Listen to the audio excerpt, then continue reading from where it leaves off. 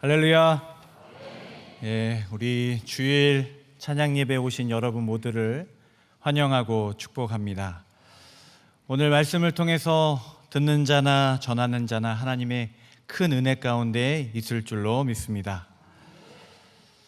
서울역에 가면 제가 좋아하는 자리가 하나 있습니다. 열차를 타기 전에 기다리는 자리, 그 중에서도 전광판을 정면으로 바라보는 자리가 있습니다. 하루는 거기에 앉아서 기차를 이렇게 기다리고 있는데요, 전광판에 각각의 기차의 정보들이 쭉 써 있습니다. 그런데 그 순서가 이렇게 기록되어 있습니다. 첫 번째, 출발 시간입니다. 7시 10분. 그 다음에 도착역이 기록되어 있습니다. 강릉역, 이런 식으로 되어 있는 것이죠. 제가 가만히 그 전광판을 묵상하다가 전광판을 여러분 추천드립니다. 집이 가까우시면 전광판을 한번 묵상해 보시기 바랍니다. 전광판을 가만히 묵상하다가 그런 마음이 들었습니다. 우리의 인생에도 저 두 가지가 매우 중요하겠다. 언제 출발할 것인가, 그리고 어디로 갈 것인가, 어디에 도착할 것인가. 하나님께서도 우리의 인생의 전광판을 보면서 각각의 이름이 써 있는데 어떤 것들이 적혀 있을까? 이 친구는 언제 출발해서 어디로 가고 있구나, 영적인 여정을 언제 출발해서 또 어디로 가고 있구나 보고 있으시지 않을까라는 생각이 들었습니다. 한번 돌아보면 좋겠습니다. 여러분, 우리는 언제 출발합니까? 가만히 있어도 되고 이 자리에 머물러도 되지만 내가 낯선 곳으로 새로운 배움을 위해서 저 힘을 내고 열정을 가지고 일어나는 그때는 언제인가? 나의 출발 시간은 언제인가? 그리고 두 번째 질문이죠. 나의 최종 도착역은 어디인가? 여러분, 오늘 말씀을 통해서 생각해 보기를 원합니다. 제가 또 서울역에서 좋아하는 방송이 있습니다. 이건 기차 안에서 하는 이런 방송이 있습니다. 이 고속 열차는요, 친절하게 이런 안내 방송을 합니다. 우리 기차는 강릉역까지 가는 고속 열차입니다.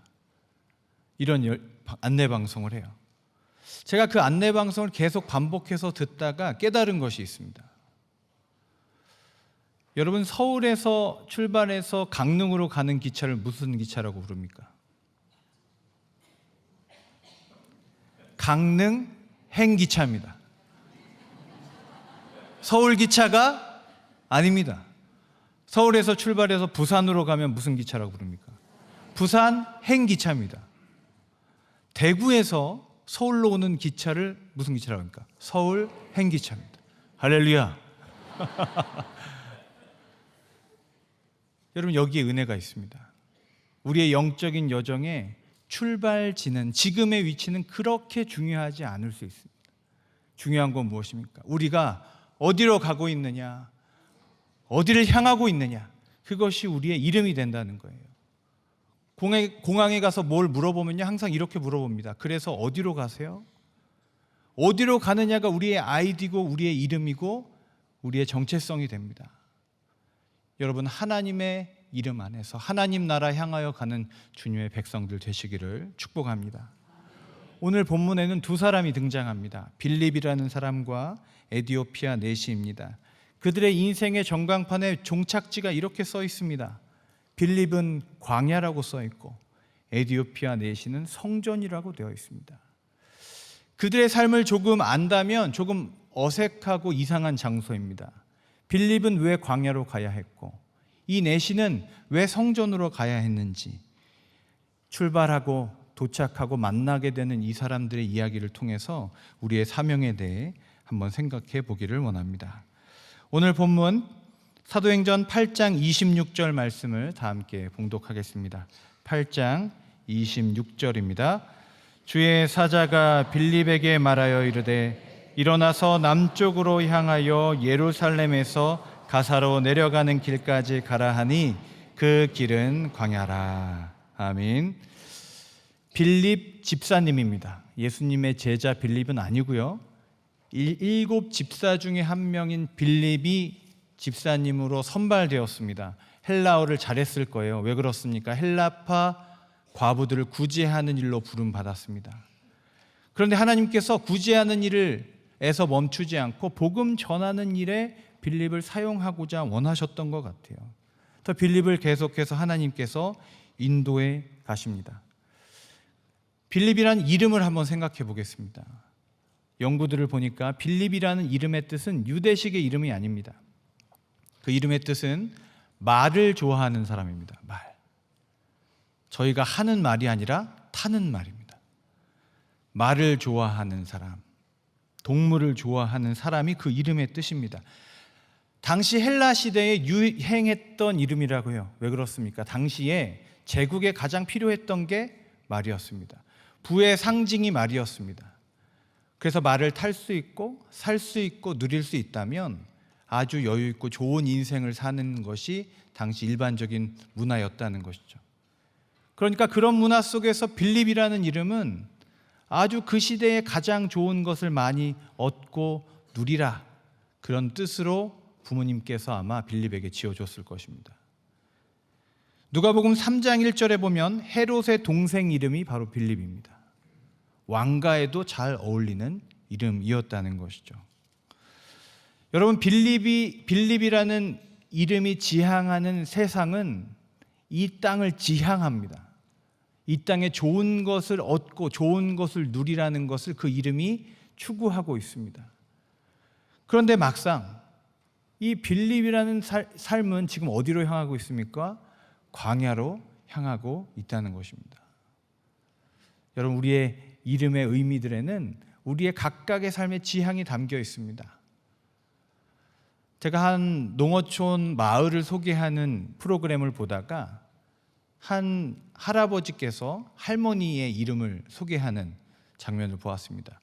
그래서 같이 사시는 할머니 이름이 뭐예요? 그랬더니 금님이래요. 금님. 있을 만한 이름이죠. 근데 성이 뭡니까? 그랬더니 임이래요. 임. 그럼 이름이 뭡니까? 임금님이에요. 임금님. 아주 귀한 이름이죠. 임금님처럼 살아라 라는 아주 축복의 이름이 담겨져 있었던 것 같아요. 이 땅에 구차하게 힘들게 어렵게 살지 말고 왕처럼 살아라 라는 부모의 그 뜻이 담겨져 있는 거죠. 빌립이라는 이름도 그런 이름이에요. 좋은 것 그렇게 누리면서 살아라. 그런데 지금 빌립은 그런 인생의 부르심의 지향점을 찾아가지 않고 교회의 부르심을 받았습니다.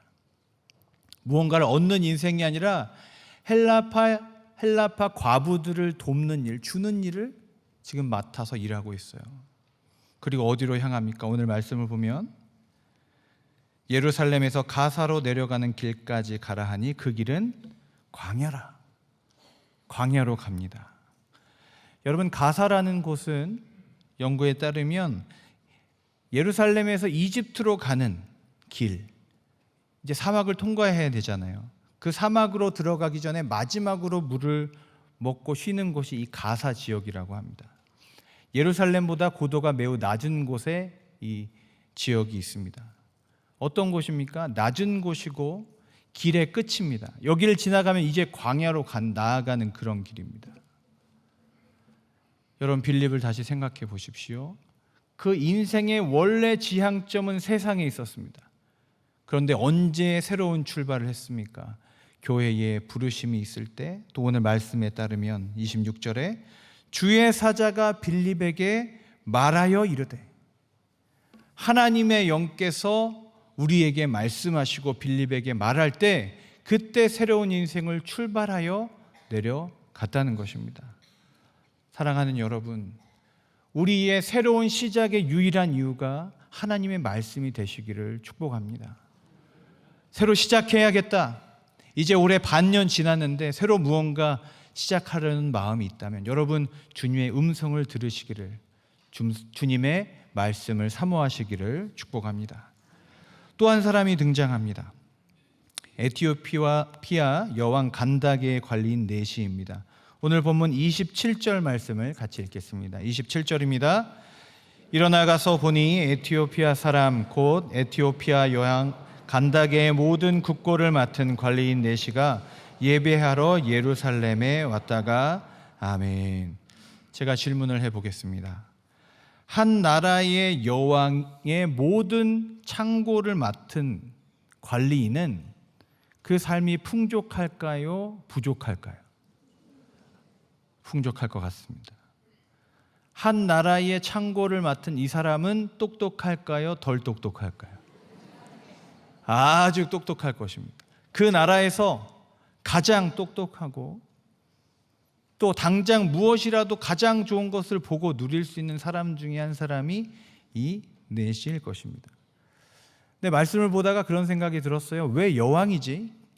기왕이면 왕이 좋을 텐데 좀 등급이 낮나? 아닙니다. 당시 아프리카 사회는 모계 사회이기 때문에 실질적인 왕이 누구예요? 여왕입니다. 스바 여왕입니다.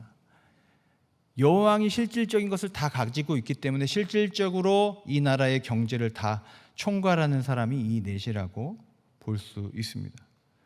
근데 이 사람이요, 오랜 시간을 자리를 비우게 됐습니다. 아마도 잘은 모르겠지만 여왕이 출타 중이거나 뭐 어떤 다른 이유가 있어서 어디론가 갈 수 있는 시간과 기회가 났습니다. 그런데 이 내시가 지금 어디로 무엇을 하러 왔다고 기록되어 있습니까? 예배하러 예루살렘에 왔다가. 예배하러 예루살렘에 옵니다.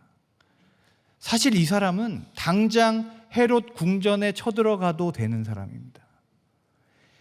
가장 호화로운 지중해 섬으로 휴가를 가도 되는 그런 사람입니다. 그런데 그 사람이 지금 어디로요? 예루살렘 성전으로 예배하러 오고 있다는 것입니다. 제가 이 두 사람의 이동 경로를 지도로 한번 보다가 큰 은혜를 받았습니다. 빌립은 사마리아에서 이 가사까지 내려오는데 약 100km 정도를 이동해야 합니다. 당시에 교통수단이 그리 쉽지 않았기 때문에 그 거리도 그렇게 가까운 거리는 아닙니다. 그런데 놀라운 것은 이 내시가 성전까지 오는 데는 그 거리가 얼마나 되나? 지도를 보고 자료를 봤더니 2,500km입니다. 자동차가 있는 것도 아니고 기차가 있는 것도 아닙니다. 비행기가 있는 것도 아니요. 또 무엇을 탔어요? 수레를 타고 2,500km를 뭐 하러 옵니까? 예배하러 옵니다. 시간을 계산해 봤어요. 여러분 2,500km를 걸어서 오려면 대략 계산해 보니까 최소한 편도 3개월입니다. 편도 3개월. 예배당으로 오는데 3개월, 다시 돌아가는데 3개월. 반년 걸립니다. 여보, 나 예배 한번 드리고 올게. 집 나가면 3개월 갔다가 이제 예배 끝났어, 이제 돌아갈게. 3개월. 예배 한번 드리고 오면 6개월 이상이 지나갑니다. 최소한으로 잡은 거예요. 그 긴 시간을 모든 것을 할 수 있고 가질 수 있고 누릴 수 있는 사람이 어디로 옵니까? 예배하러 오는 겁니다. 우리의 사명을 다시 한번 생각해 보게 됩니다. 첫째로 여러분, 사명은 듣는 것이 사명입니다. 성령님의 음성을 듣고 예배의 자리에 부르심을 듣고 교회의 부르심을 받아 가는 것이 사명이라는 겁니다. 빌립도 교회의 부르심 따라 일을 하고 성령의 부르심을 따라 그것을 듣고 가사로 내어갑니다. 그리고 이 내시도 이 예배의 사모함에 이 부르심을 듣고 간다는 겁니다. 또 두 번째 사명의 특징이 있죠. 따라해 봅시다. 가는 것이 사명이다. 여러분, 주님의 음성을 들었으면 그곳으로 가실 수 있기를 축복합니다. 제가 최근에 신방을 다녀왔습니다. 제가 섬기는 8교구 동쪽 마을은 교구의 범위가 강원도 전체가 저희 교구입니다. 가장 멀리 갔던 신방의 기억이 삼척입니다. 삼척.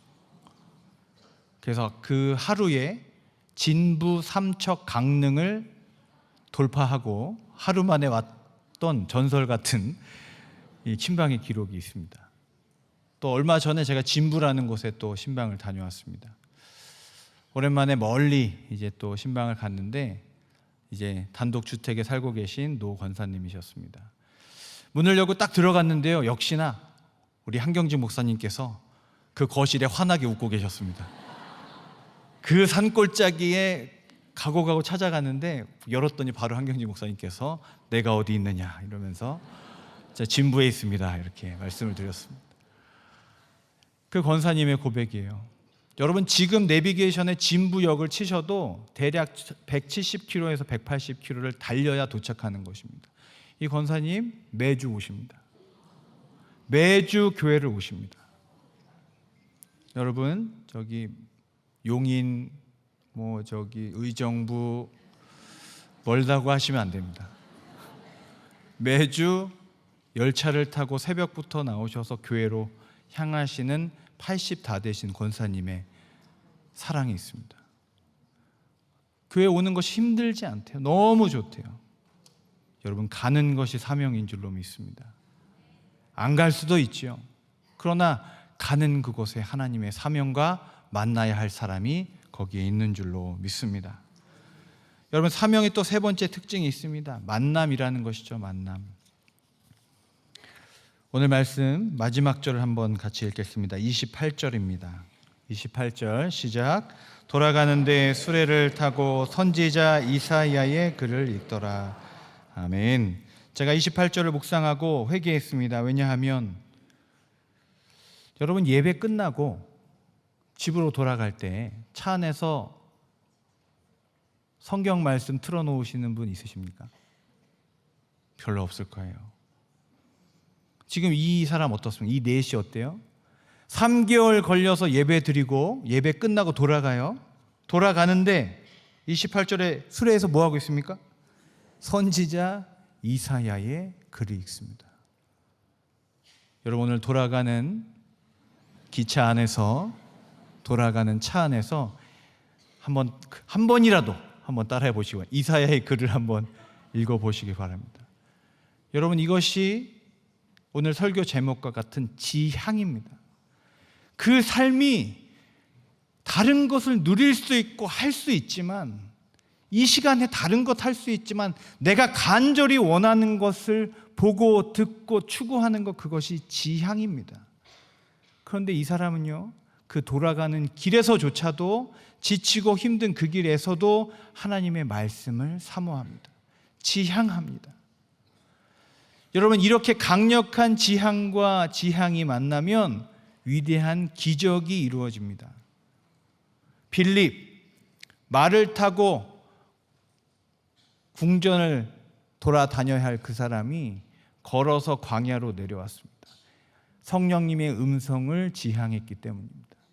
세상의 많은 것들 다 누릴 수 있는 이 내시가 하나님 만나고 싶어서 예배하고 싶어서 그 마음이 너무나 간절해서 성전을 3개월 걸려서 왔다가 예배드리고 돌아가는데 아직도 그 영적인 갈증이 풀리지 않아 돌아가는 수레에서도 이사야의 말씀을 읽고 또 읽는 거예요. 여러분 이 내시는요 사실 성전에서 환영받는 사람이 아니에요. 이방인이죠. 흑인이죠. 내시입니다. 인종적으로 종교적으로 신체적으로 그는 예배에 참여하는 것조차가 제한되어 있는 사람이에요. 그런데 그런 강렬한 하나님을 향한 마음이 이곳으로 가사까지 이끌어간 겁니다.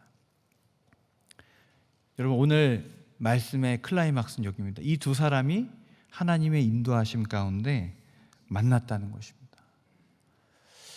가끔 여러분 살아가다가 이런 질문을 하실 때가 있을 겁니다. 내가 여기 왜 왔을까? 내가 여기 왜 있지? 오늘 본문을 기억하시면서 하나님께서 여기에 만날 사람이 여기 있기 때문에 만날 사람을 예비하셨기 때문에 여러분 여기 있는 줄로 믿습니다.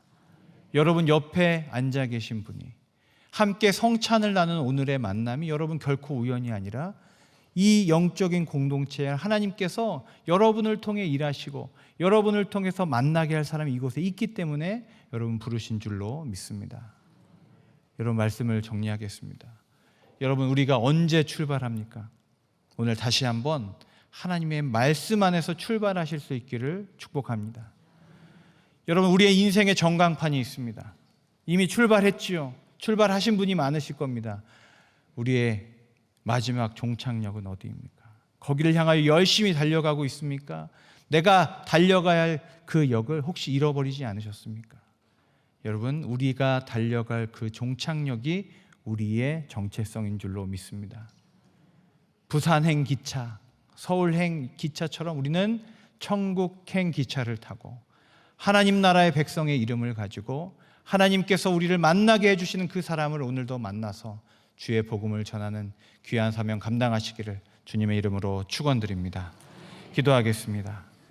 하나님, 6월 첫 주 예배를 주님 앞에 드리게 하시니 감사합니다. 삶의 자리는 다 다르지만, 주님의 인도하심의 색깔도 다르지만 이곳에 하나님 만나러 왔사오니 주여 나에게 말씀하여 주시옵소서.